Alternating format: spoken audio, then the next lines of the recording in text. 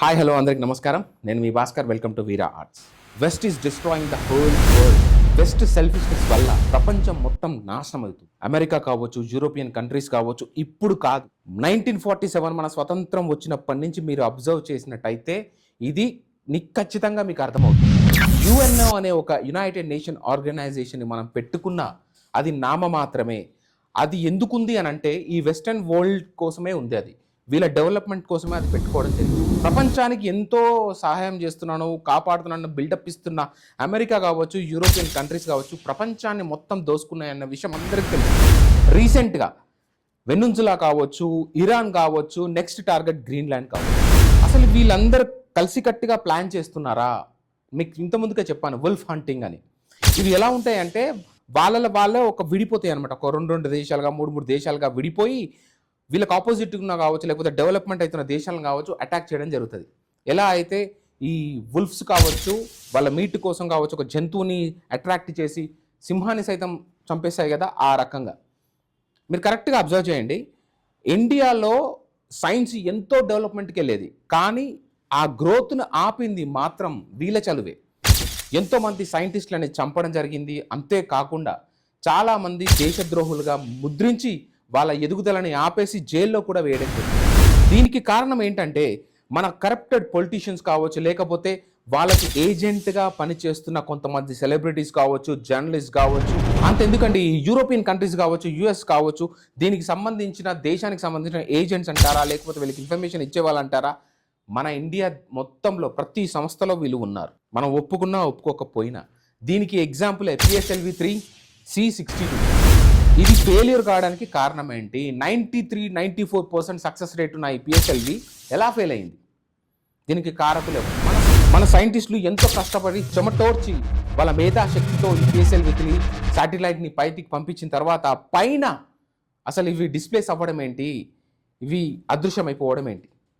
ఒక్కసారి మీరు ఆలోచించండి. అంతేకాకుండా మీకు క్లియర్గా చెప్తాను, మీరు ఒక్కసారి అనాలిసిస్ చేయండి.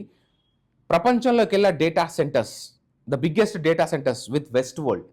అంతేకాకుండా ఫేస్బుక్ అంటారా, ట్విట్టర్ అంటారా, లేకపోతే what ever you name it, Google, Microsoft, Windows లాంటి పెద్ద పెద్ద కంపెనీస్ ఏవైతే ఉన్నాయో ఇవన్నీ ఎవరి దగ్గర ఉన్నాయి? Western world. మన డేటాని చోరీ చేయడం వాళ్ళకి చాలా ఈజీ. ఒకవేళ మన హిస్టరీని సైతం మార్చగలుగుతారు వాళ్ళ దగ్గర ఉన్న డేటా. ప్రాపగాండా, వీళ్ళు చేసే ప్రాపగాండా అంతా ఇంత ఉండదు. ఫర్ ఎగ్జాంపుల్ చెప్పాలంటే యుక్రెయిన్కి రష్యాకి మధ్యలో వార్ జరుగుతున్నప్పుడు మన వీడియోస్ చూస్తున్నప్పుడు రష్యాకి సంబంధించిన ఏమైనా వీడియోలు చూసినప్పుడు వెంటనే ఆ వీడియో చూడకండి అని చెప్పేసి ఒక డిస్క్లైమర్ వచ్చేది. అప్పట్లో అది సెన్సేషన్. అలాగే వెస్ట్ వరల్డ్ తలుచుకుంటే నిజాన్ని అబద్ధం చేయగలదు, అబద్ధాన్ని నిజం చేయగలదు. వాళ్ళు చేసేదే రైట్ అంటారు. ఇప్పుడు యాదృచ్ఛికంగా వాళ్ళు కొట్టుకున్నట్టే కనిపిస్తున్నా నాకేమనిపిస్తుంది అంటే వీళ్ళు కలిసి ఆడుతున్న డ్రామా అనిపిస్తుంది. ఇండియా కూడా మొన్నటికి మొన్న డిఫెన్స్కి సంబంధించి రఫేల్ యుద్ధ విమానాలు ఏవైతేనేయో 113 మొత్తం 113 రఫేల్ యుద్ధ విమానాలు కొన్ని బిలియన్స్ ఖర్చు చేసి వారి దగ్గర నుంచి తీసుకోవడం జరుగుతుంది. ఇన్ఫ్యాక్ట్ అదంతా మనకు కావాల్సింది. ఎందుకంటే చైనా నుంచి కానీ, పాకిస్తాన్ నుంచి కానీ, ఈ వీళ్ళ దగ్గర నుంచి ఎవరి దగ్గర నుంచి అయితే థ్రెట్ ఉందో వాళ్ళ దగ్గర నుంచి సేవ్ చేసుకోవడం కోసం వాళ్ళు కూడా నాకు తెలిసి కోడింగ్ ఇస్తున్నారని అర్థమైంది. బట్ ఇది వెస్టర్న్ వరల్డ్తో, యూరోపియన్ కంట్రీస్తో మనం ఏ డీల్ తీస్తున్నా జాగ్రత్తగా ఉండాలనేది నా భావన. ఎందుకంటే అబ్జర్వేషన్ ఇస్ మెయిన్ థింగ్. మన హిస్టరీని మనం కరెక్ట్గా అబ్జర్వ్ చేసినట్టయితే మనకు క్లియర్గా అర్థమవుతుంది. ఇప్పటిదాకా డిఫెన్స్ సిస్టమ్కి సంబంధించి ఎప్పుడైతే మనకి అవసరం పడుతుందో వాళ్ళు హెల్ప్ చేయడం పక్కన పెట్టి మనకు రివర్స్ ఆపోజిట్ అయి మనకు వస్తారు ఫైటింగ్కి. మనకి ఇప్పటిదాకా హెల్ప్ చేసింది మీ అందరూ తెలిసింది రష్యా. కానీ టెక్నాలజీ పరంగా మాత్రం ఎప్పటికప్పుడు అప్డేట్ అవుతున్నా కూడా మనని ఏదో రకంగా తొక్కేనికి ట్రై చేస్తూనే ఉన్నాయి ఈ వెస్టర్న్ వరల్డ్ కావచ్చు, లేకపోతే యూరోపియన్ కంట్రీస్ కావచ్చు. ఇప్పుడు కూడా అదే జరుగుతుంది. ఉన్న పలంగా ఉన్నట్టు ఉండి వాళ్ళ కొట్లాడినట్టు ఉంటుంది. సడన్గా US వర్సెస్ నాటో అంటారు. జనాలను పిచ్చోళ్ళని చేస్తున్నారా లేకపోతే ఏంటో నాకు అర్థం కావట్లేదు. Is that happens? అది జరుగుతుందా? నాకైతే డౌటే. వై? బికాజ్ అంతా డ్రామా. ఈ యూరోపియన్ కంట్రీ ఇప్పటికీ గ్రీన్లాండ్కి సంబంధించిన విషయంలో గో బ్యాక్ అమెరికా అని మాట్లాడుతుంది కదా, మరి వీళ్ళు యుక్రెయిన్ విషయంలో చేసింది ఏంటి? యుద్ధం కాదా? అక్కడ ఉన్న రేర్ ఎర్త్ మెటల్ కోసం ఆశపడి దేశాన్ని నాశనం చేసిన యూరోపియన్ కంట్రీకి మాట్లాడే అర్హత ఉందా? ఇదెవడు ప్రశ్నించాడు? ఎప్పటికైనా న్యూస్ సెన్సేషన్ గంటకి మినిట్కి మన మీడియా ఛానల్ వాళ్ళకి సెన్సేషనల్ న్యూస్ చాలు, కానీ దాన్ని అనాలిసిస్ చేసి ఎక్కడ ఎలా తప్పులు జరుగుతుంది, దీన్ని మన గవర్నమెంట్ ఎలా డీల్ చేస్తుంది అన్న విషయం మాత్రం ఎవరికి తెలియదు. ఎక్కడ పడితే అక్కడ, ఏ సంస్థలో పడితే అక్కడ మొత్తం వాళ్ళ ఏజెంట్స్ ఉన్నారు, వాళ్ళకి ఇన్ఫర్మేషన్ ఇస్తున్నారు. దేశద్రోహుల వల్లనే మన ఇండియా ఈరోజు ఇలా ఉంది. ఎంతో కష్టపడి, ఎంతో చెమటోర్చి, ప్రాణాలకు తెగించి సైతం మన టెక్నాలజీ కావచ్చు, లేకపోతే డిఫెన్స్ సిస్టమ్ కావచ్చు, మన ఇండియన్స్ కాపాడుతూ ఉంటే కొంతమంది యదాల వల్ల ఇప్పటికి ఇంకా ఈ పొజిషన్లో ఉంది. మీ అందరికీ తెలిసిందే కొంతమంది కరప్టెడ్ పొలిటీషియన్స్ గురించి. మీకు చెప్పనవసరం లేదు. జార్జ్ సారోస్కి సంబంధించిన కొంతమంది ఎవరైతే పొలిటికల్ లీడర్స్ ఉన్నారో తనకి హెల్ప్ చేస్తూ డైరెక్ట్గా జార్జ్ సారోస్ ఎంత పెద్ద నీచులో మీ అందరికి తెలిసిందే. తను చేసిన మాటలు కావచ్చు, తను మాట్లాడే విధానాలు కావచ్చు, కొన్ని దేశాలను కుప్పకూల్చిన చరిత్ర ఉంది జార్జ్ సారోస్కి. తను మాత్రమే కాదు, ఇప్పుడు సోకాల్డ్ ఎలన్ మాస్క్ ఎవరైతే ఉన్నారో, most dangerous fellow Elon Musk, ఇరాన్కి సంబంధించిన ప్రతి ఒక్క చిన్న విషయాన్ని అమెరికాకి అందించి ఆగం చేసిన. మీరు ఒకటి కరెక్ట్గా అర్థం చేసుకోండి, ఇస్రోకి తగ్గ ఏదన్నా స్పేస్ సెంటర్ ఉంది అంటే అది నాసా అండ్ స్పేస్ ఎక్స్. మనందరికీ తెలిసిన పిఎస్ఎల్వి C-62 ఫెయిల్యూర్కి కారణాలు ఏంటి, ఇందులో వెనకాల ఎవరైనా ఎర్రర్ కావచ్చు ఇలాంటివి చేయలేదని మీరు నమ్ముతున్నారా? నాకైతే ఏదో డౌట్గానే ఉంది. స్పేస్ ఎక్స్ కావచ్చు, లేకపోతే నాసా వాళ్ళు కుట్ర చేయలేదా?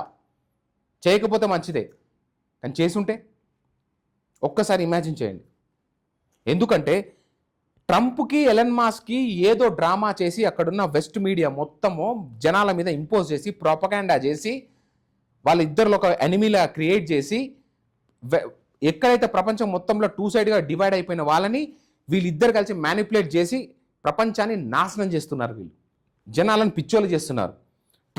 ట్రంప్ అంటే అమెరికన్ ప్రెసిడెంట్ అంటే ఒక్కడే కాదు, వాళ్ళ వెనకాల ఒక సొసైటీయే ఉంటుంది.